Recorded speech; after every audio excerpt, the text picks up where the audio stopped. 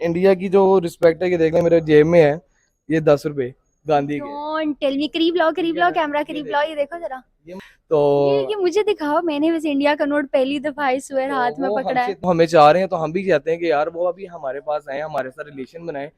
और इसी तरह हमें हमारी गवर्नमेंट को चाहिए कि इंडिया के साथ ऐसा कोलैब करें कि मतलब वहां से हम चीजें डायरेक्ट मंगवाएं। 1993 में बाबरी मस्जिद को गिरवे रंग से नहलाया गया था। 2023 में बाबर को गिरवे रंग से नहलाया गया।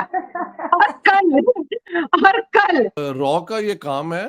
तो two things we would argue, western powers को कतन अच्छा नहीं लगता होगा कि जो इंडियन फॉरेन मिनिस्टर या वो हुकूमत जो है वो इंडिपेंडेंट लाइन ले रही है और वो लाइन नहीं ले रही जो वो वेस्टर्न पावर्स चाहते हैं। लेकिन वो कर क्या सकते हैं? अब जाहिर सी बात है कि तेलंगाना में बहुत बड़ी सभा हुई, लाखों लाख लोगों ने उस सभा में उस सभा का मोदी जी का संबोधित किया हुआ उन्होंने स्पीच सुनी। मोदी जी की स्पीच को सुनने के लिए तेलंगाना के आसपास भी जितने डिस्ट्रिक्ट थे वहां से लोग आकर के खड़े हो गए थे और महिलाएं हिजाब के साथ साथ गेरवे रंग में नहाई हुई नजर आई। मैं बार बार कहना चाहूंगी शैला, 1993 में बाबरी मस्जिद पर गिरवे रंग से नहलाया गया था। 1993 में बाबरी मस्जिद को गिरवे रंग से नहलाया गया था। 2023 में बाबर को गिरवे रंग से नहलाया गया। और कल बाबरी से बाबर तक गिरवे रंग में नहा चुका है। और कल हमने हिजाब पहनी हुई गिरवे रंग से नहाई हुई महिलाओं को देखा और तब एक संदेश आया। देखिए, हर एक चीज का एक उपदेश होता है, एक साइन होता है, एक संदेश होता है कि हम हिजाब में तो रहेंगे पर हम सपोर्ट मोदी जी को करेंगे। 13,500 करोड़ की इन्वेस्टमेंट लाई जा रही है बीजेपी सरकार की तहत तेलंगाना में, जो कि मुसलमानों के लिए बेहतरी है, जो उनकी जिंदगी के अंदर चेंज लेके आएगा, सुधार लेके आएगा। Thank you so much Nazia ji हमें ज्वाइन करने के लिए। नमस्कार, अस्सलाम वालेकुम। वालेकुम देखिए, ऐसा अस्सलाम। है कि अवैसी साहब की नींद उड़ चुकी है, चैन उड़ गया है, भूख और प्यास उड़ गई है। अच्छा, अपने जिस क्षेत्र में और कॉन्स्टिट्यूएंसी से लेकर के पूरे भारत में ऐसा एहसास होने लगा था अवैसी साहब को कि मुसलमानों को भड़का करके और अपने भड़काऊ भाषण से वो मुसलमानों को अपनी मुट्ठी में ही रखे रहेंगे। अब जैसे जैसे योजनाओं के तहत और जिस तरह से वो महिलाओं के मान सम्मान अधिकार पर भारत के प्रधानमंत्री जी अपनी नजर रख रहे हैं और भारत की तमाम विदाउट एनी डिस्क्रिमिनेशन और कोई एक मतलब डबल नजरों से देखना या ऊंचे या नीचे नजरों से देखना, ये तो भारत के प्रधानमंत्री जी ने कभी किया नहीं है। ठीक हो गया। मुट्ठी से जैसे रेत फिसलता है ना, वैसे ही ये मुसलमान और इस्लाम धर्म के ठेकेदारों के मुट्ठी से मुसलमान महिलाएं फिसलती हुई नजर आ रही हैं। हम जब मुट्ठी में रेत लेते हैं ना, तो जैसे रेत भी आसानी से फिसलता है, उतना निकलती चली जाती है। हाँ, तो इतना प्रेस कर दिया, मुसलमान महिलाओं को इतना ज्यादा कुचल दिया, इतना ज्यादा परेशान कर दिया ये धर्म के ठेकेदारों ने कि रेत की तरह वो फिसलती हुई चली जा रही हैं। अब लोग कहते हैं कि ये भगवा रंग तो बीजेपी का है। ना ना ना ना ना, ये भगवा रंग शांति का प्रतीक है। ये भगवा रंग हमारे हमारे झंडे पर है, हमारे भारत के तिरंगे झंडे पर है। ये भगवा रंग सूर्य की किरण पर है। ये भगवा रंग आसमान पर जब रेनबो आता है तब भी होता है।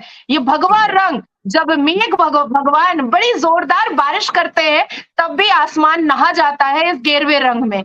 तो भगवा रंग भारतीय जनता पार्टी का नहीं है। भारतीय जनता पार्टी के द्वारा जो कर्तव्य और जो काम और जो रिस्पॉन्सिबिलिटीज दिखाई जा रही है भारत के हर नागरिक के लिए, वो हिजाब और निकाब वाली औरतों ने भी एक्सेप्ट कर लिया है। रॉ का ये काम है। तो two things we would argue, please give us the evidence, credible evidence. और दूसरी बात जो आपने की है तो आप रोक क्यों नहीं सकते? ठीक है, और यही महल एक मुनासिब तरीका है, क्योंकि इल्जाम लगाना और जब तक उसका प्रूफ ना दिया जाए तो दोनों में फर्क है ना। ये बहुत बड़ा राव जो है शोर इंडिया और कनाडा के दरमियान भी यही है कि अगर इल्जाम है तो उसका प्रूफ भी दीजिए और अगर प्रूफ है तो उसकी रिस्पॉन्सिबिलिटी फिर किसी तरीके से एस्टेब्लिश हो सकती है। मुझे याद है पाकिस्तान के फाइनेंस मिनिस्टर होते थे एक दौर में, वर्ल्ड बैंक की तरफ से आए थे, शाहिद जावेद बर्की, वो और मैं कुलीग रहे हैं सिंगापुर के अंदर institute of south Asian studies में। तो बता रहे थे कि जब मैं फाइनेंस मिनिस्टर था पाकिस्तान का, तो एक कोई ऐसे ही टेररिज्म का कुछ एक्ट हुआ, तो कैबिनेट ने डिसाइड किया कि इंडिया के जुम्मे लगा दें। तो कहते हैं मैंने रोका कि प्लीज डोंट डू दैट, जब तक प्रूफ नहीं हमारे पास होगा हमें इल्जाम नहीं लगाना चाहिए।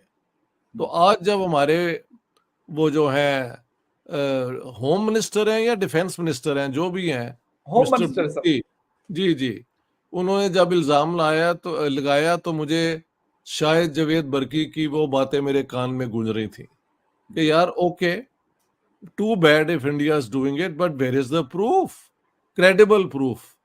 इल्जाम इज नॉट प्रूफ। इस तरह तो सारी दुनिया कोई भी इल्जाम एक दूसरे पे लगा दे।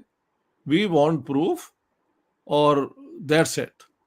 और बाकी जैसे आपने कहा है वो तो इतनी दफा हम बात कर चुके हैं कि इनकी प्रायोरिटीज जो हैं वो बिल्कुल है ही कोई नहीं, उसे कहते हैं एड हॉकिज्म। हिंदुस्तान के साथ कनाडा का अभी हमने देखा कॉन्फ्लिक्ट क्रिएट हुआ काफी बड़े लेवल पे, क्योंकि प्राइम मिनिस्टर ऑफ कनाडा ने floor of the house statement दिया।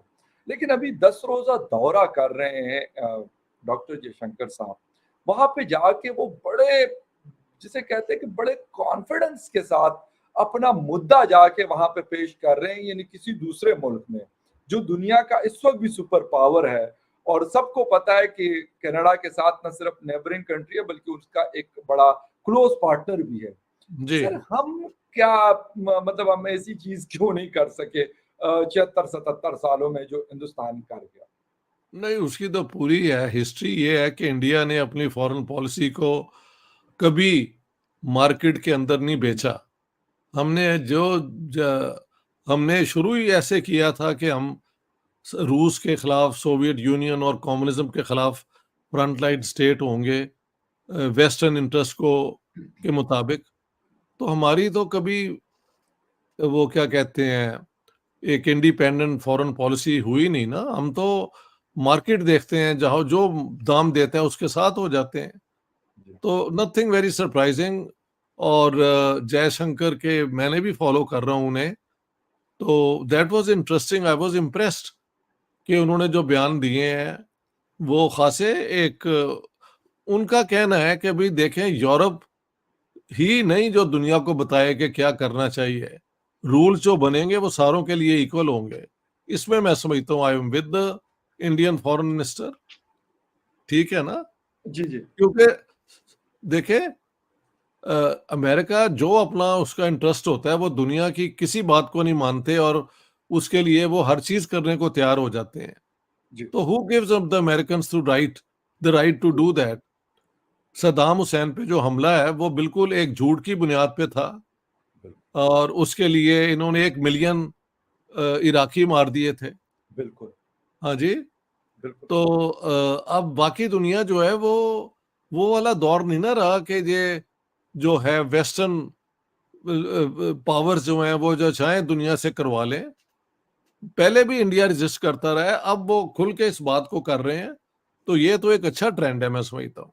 जितनी भी बड़ी और पावरफुल कंट्रीज हैं जिन्हें हम वेस्टर्न कंट्रीज कहते हैं, वो सारे अपने नेशनल इंटरेस्ट के लिए किसी भी हद तक जाते हैं और उसको जस्टिफाई भी कर देते हैं, क्योंकि उनके पास है पावर नैरेटिव बिल्डिंग की। दुनिया के बड़े बड़े मीडिया हाउसेज वो कंट्रोल करते हैं, इसीलिए ये सारे काम वो आसानी से कर पाते हैं। हाल ही में अब इंडिया भी उसी तर्ज पर अपने नेशनल इंटरेस्ट को सर्व कर रहा है।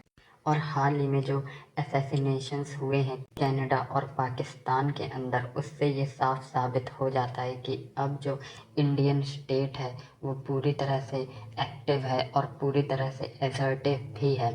इस पर वेस्टर्न मीडिया का ये कहना है कि इंडिया को इस तरह से ऑपरेट नहीं करना चाहिए, क्योंकि इससे ह्यूमन राइट वायलेशन और तमाम तरह के दूसरे रीजंस वो देते हैं।